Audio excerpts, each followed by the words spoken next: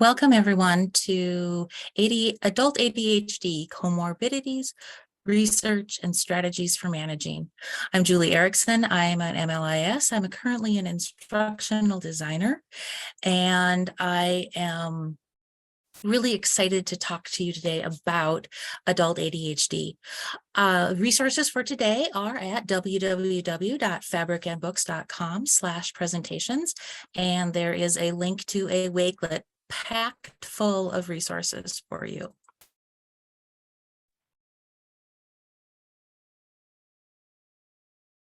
Started the recording. And we'd just like to recognize the founding partner, San Jose State University School of Information. They have made this conference possible.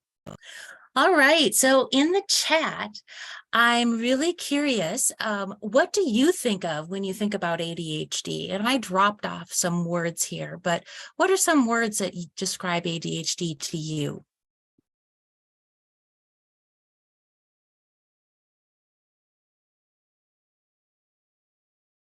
Oh my goodness. I'm seeing so many good words.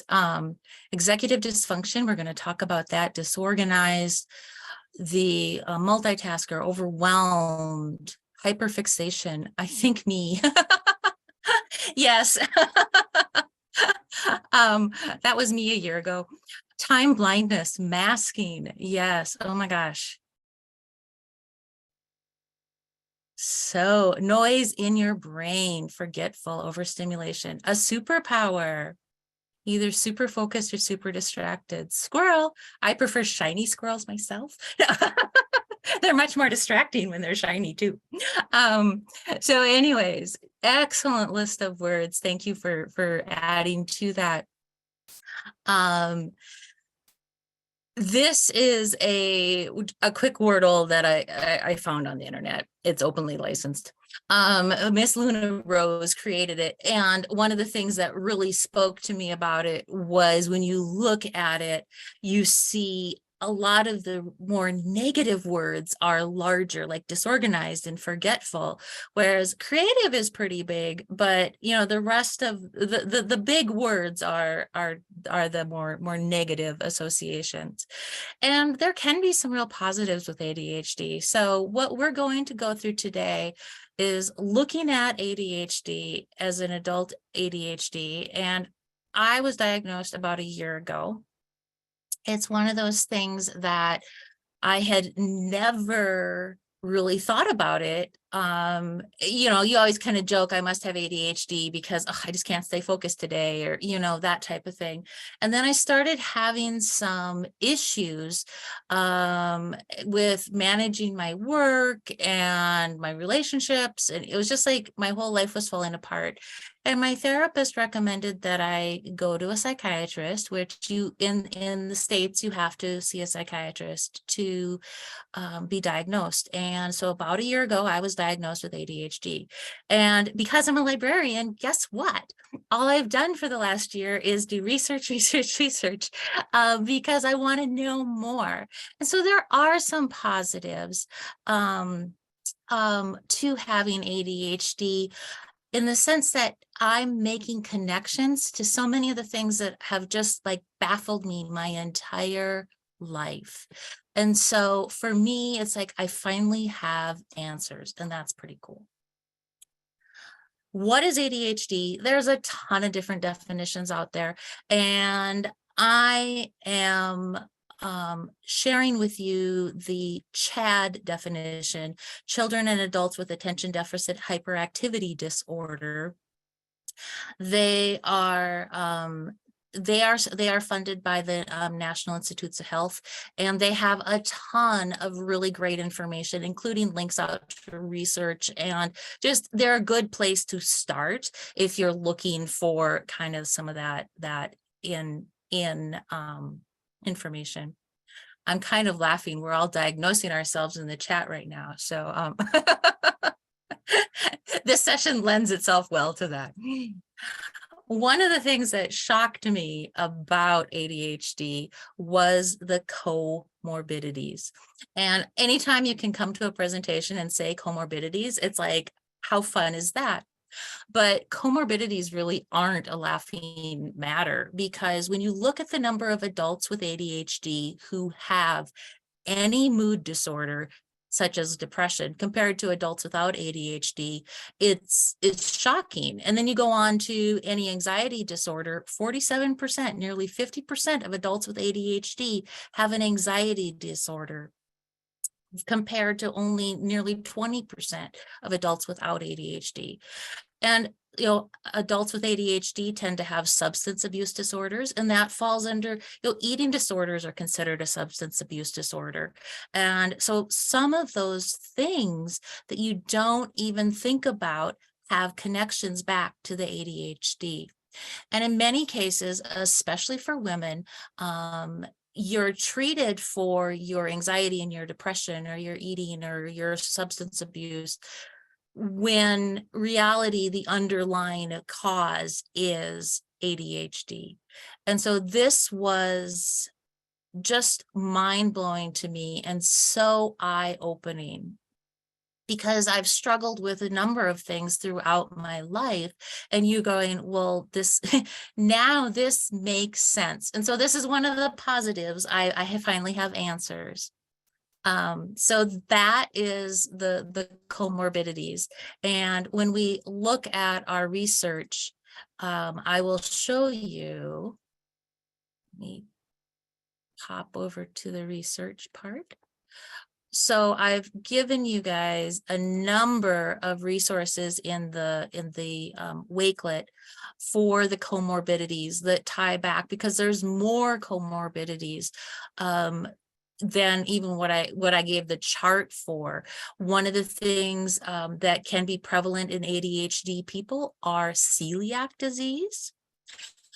Somebody in the chat has said the fatigue related, sleep disturbances. So it's one of those things that I find, I mean, the comorbidities really blow my mind. And so there's a whole column for comorbidities to kind of help you to figure out what your next move is, I guess.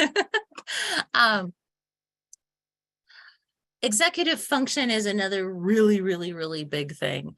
The executive function is basically, I listen to I Have ADHD by Kristen Carter, and it's one of the podcasts that I listen to. And she did a whole thing on executive function this spring, and this is where I pulled this list from. In the Wakelet, there is a whole column for executive function too, because it is so huge. And Kristen Carter talks about executive function as your executives aren't functioning. And so if you think about it as like an office building, and each one of these executive functions is its own manager, they're not doing a great job of managing your life. So I kind of wanted to touch on those executive functions, because sometimes, I mean, and all of us are going to struggle, regardless of whether we have ADHD or not, with some of these executive functions all the time. I mean, you're going to have days where you can't remember anything, and that's where working memory comes in. Working memory, as an ADHD person, you may really struggle with, what are you working on? You might have to reread a passage multiple times. One of the ways to manage that is to externalize your memory. And so if you can put things down, I use Post-it notes all the time. Calendar things, I'm a huge calendar user. All of that is really beneficial for helping with your working memory. Inhibition. Hello, I'm doing this presentation. That is, I was like, oh, that sounds like fun. It's not going to take any time. And so inhibition is when you really don't stop and think before you say yes to something. And so that volunteering, taking on additional projects at work, offering to help with something, trying to put a pause in. And Kristen talks about it as the pause button. And I love that, because if you put the pause button in, you can say, and it takes practice. When people ask me a question or ask me to do something, I have to think about, you've all heard, I'm sure, when you say yes to something, you say no to other things. And so, yes, a pause button. And actually, I've really found that the more I use this, the more I learn, the better I am at recognizing those ADHD things. And I'd be like, oh my gosh, that's my inhibition again. So I'll be like, I need that pause button. Problem solving. So problem solving is one of those things that you think, well, everybody can solve problems. But one of the challenges we have as an ADHD person is starting a problem. It gets really overwhelming in many cases to even know where to begin. And so you may become paralyzed because you don't know where to start. Problem solving, Kristen Carter gave two really great examples, and I use both of them now. One of them is prioritize. And I know you're like, wait a minute, I don't even know where to start. How do I prioritize? I had that thought too. But she had some questions. She said, which one step would help change the whole project? And so if I, am cleaning out my car, for example, if I take out all the garbage, then it's going to be a lot easier to dust the seats and the dash. The other thing is to use time constraints. What's due first? Here's the resources right here. You should be able to pop into them. And you Julie, might we had a other couple of questions too. I don't know if you want to just. Sure, we can take questions. Oh, or do you want to wait later? I'm happy, whatever. Okay. Somebody had asked if there was a chart that existed for autism earlier, and when they were diagnosed as an adult, felt like there was nothing to address. What now? And then there was also a question about, are there any good apps available? The apps, I'm going to have to crowdsource, and I will, I'll add them to the Wakelet as I pull out of the chat. But I'm not an apps girl really right now, but definitely if you have apps, drop them in the chat. I tend to use my Google Calendar for everything, but I'm we're librarians. The chat will have all the apps. So thank you. And the autism question, I don't know. However, one of the things you may want to look at is kind of a starting point is going into like the National Institutes of Health and then kind of following the breadcrumbs that go out off of there, because that's where I found a lot of the starting points. Let's see. Oh, okay. So problem solving. So time, the other thing is to multiply however long you think it's going to be by 2 at least. And I'm horrible at estimating how long it's going to take me. And my friend will attest that it was probably 8:30 last night when I'm like, hey, do you want to go through my presentation with me? Because that's when I reached a point where I could go through it. And it was quite late. Self-awareness. Oh, good times. This is where our working memory and not necessarily having that memory to keep track of things. Self-awareness can really fall through the cracks. It's thinking about our thinking, it's thinking about our actions, and we may appear to be totally oblivious because we just don't remember it. So what Kristen recommends is journaling and asking yourself some questions about that. And so having that can be a really, but any way to help you think about your thinking. I know somebody noted bullet journaling, and I love that because I think bullet journaling could be really beneficial because it's so concise. The next one is that emotional regulation. Oh, such a struggle. And so one of the tactics that Kristen recommends is using the SURF technique. And this is where I get to mention Brene Brown, because it's not a presentation unless you mention Brene, right? She So Kristen talks about the surf technique, which is stop, unfold what's going on, let it recede, and then name the emotion. And what's really interesting is people, even non-neurodivergent people, can not name very many emotions. And so it's the surf technique. It's stop, unfold, recede, and name. And in the executive function column in the Wakelet, there's an article that talks about that and the author who created it, Dr. Sasha Hines. So anyways, but Brene Brown, this is where she comes in. She has a book called Atlas of the Heart. And I always thought, I was like, I'm never going to read that book.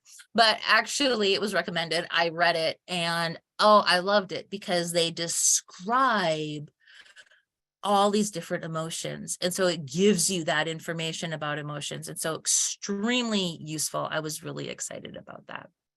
I see somebody's talking about a friend and they talk with their friend. I'm going to talk about self-motivation. Self-motivation is what happens when we don't want to do anything. We just can't get motivated to do the thing that needs doing. And one of the things that makes it so challenging is like during our early years, like when we're in school, we get feedback, we get grades in many cases, you get all of that type of stuff. But as we get into adulthood, we tend to not get very many kudos or rewards as a regular basis. And so this is something that I've been trying just because, we've had an enormous amount of snow. And I'm tired of shoveling. And so when I want to when I went and go and shovel, I will send my husband a chat and I'll say, honey, I shoveled the driveway. Please tell me good job. And he does. He just says good job. And even though I had to ask for him to tell me that, it still feels really good. And so I'm thinking that I'm like, I like it. It works for me. So that's executive function. Almost everybody's going to identify with something, but for ADHD, this is where we struggle extensively. All right, the research, I promised you research. In the Wakelet, there is research. However, what you're going to find with research is there hasn't been a ton of new research on adult ADHD. So you really need to keep looking. And that's been something that I've been doing quite a bit is I go out into my databases because I have good databases and I look regularly to see what I can find on the research. But I did link some new stuff in there that's pretty interesting. All right. And you came for the strategies. I know it. What works for me might not work for you and vice versa. However, I do have some strategies. And one of the things that I've learned so far is the learning never ends. I figure something out and then the next week I learn something else. And it's just been really exciting. I feel kind of like a kindergartner. My big go-to has been podcasts. And I have to tell you that I'm not a podcast girl and I have not ever really listened to podcasts as a rule, but I have 3 big podcasts that I really enjoy.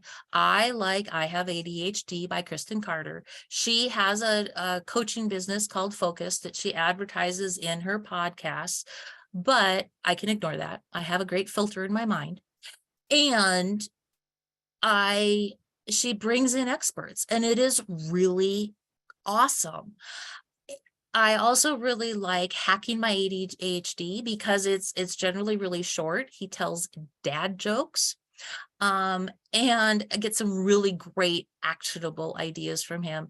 And then the final one that I listen to pretty regularly is Refocused by Lindsay Gensel. And she was diagnosed late in life and just the people she brings on. And so that's how I learned about Becca King, who is the ADHD nutritionist, because eating is a thing when you have ADHD. And she's only on Instagram. So there you have it. And almost all of the podcasts I follow have a blog, which is great to be able to go back in and see if they give any resources, or a lot of times they'll have a transcript. And so I use those kind of as my follow-up research. And then finally, I have a therapist, and my therapist is really beneficial for me to help me set my next goals and all of that, kind of keep me somewhat focused. Just laugh. Anyways, but so that's the strategies that I've been using. And I'm excited to go through the chat because I'm seeing some really cool suggestions. So any questions as we are wrapping up this session? I do not know of any adult ADHD support. Well, okay, I lied. There is, so if you go to the Wakelet, everything is in the Wakelet. Everything is in the Wakelet. So I tried to give you all that stuff. So let me swap screens real quick and I will go there, okay? So when you're on the Wakelet, you'll see we have the comorbidities and research and executive function. And then as we scroll on over, I've given you resources. A Wakelet is just a curation tool. So there's the resources for today. And if we click on that, and then when you scroll on down, you'll see this mental health, and you click on that. And then here's the link to the resources. Yep. Here you go.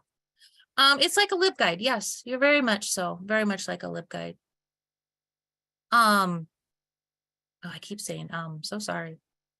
Let me find my Wakelet again.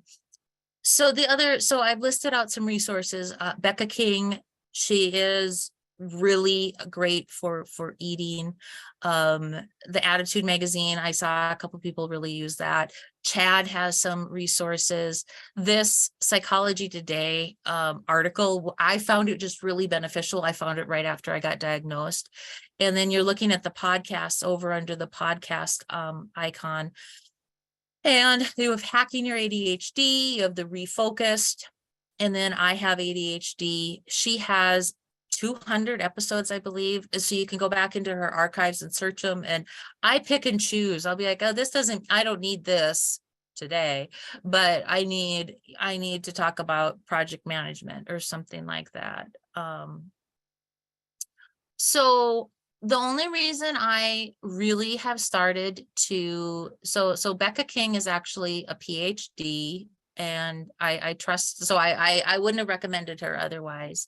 The Refocused and I Have ADHD podcasts both bring on experts that are generally, they've written books or they're medical or whatever. So those types of things I have, or they cite when they're doing the post, they're citing. So I try not to I try not to just give us somebody that feels good, I guess.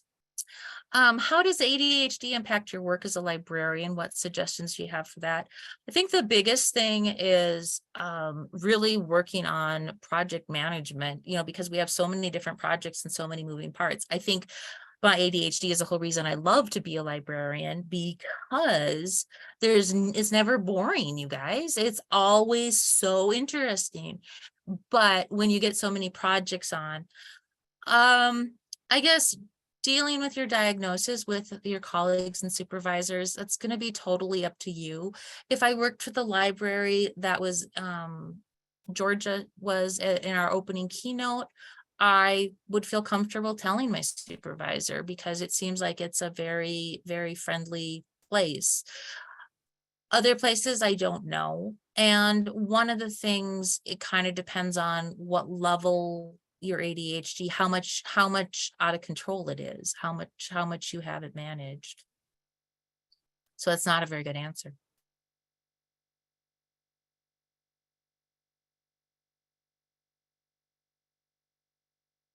All right. Well, thank you so much for hanging out with me. I really appreciate it. I encourage you to follow me on Twitter at Fabric and Books, and the resources. Intermittent explosive disorder is when you get mad really quickly for no reason. I mean, no real obvious reason, but then you're over it also really quickly. So that's what that is. Fabric and Books because I sew, yes.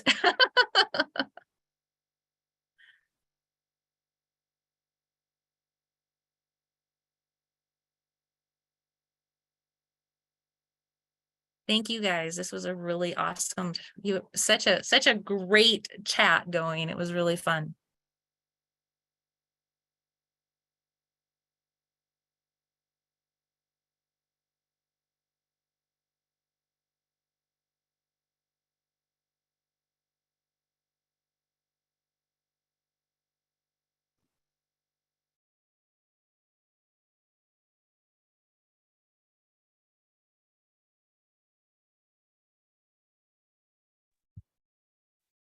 Very, very engaged chat, getting lots of thank yous.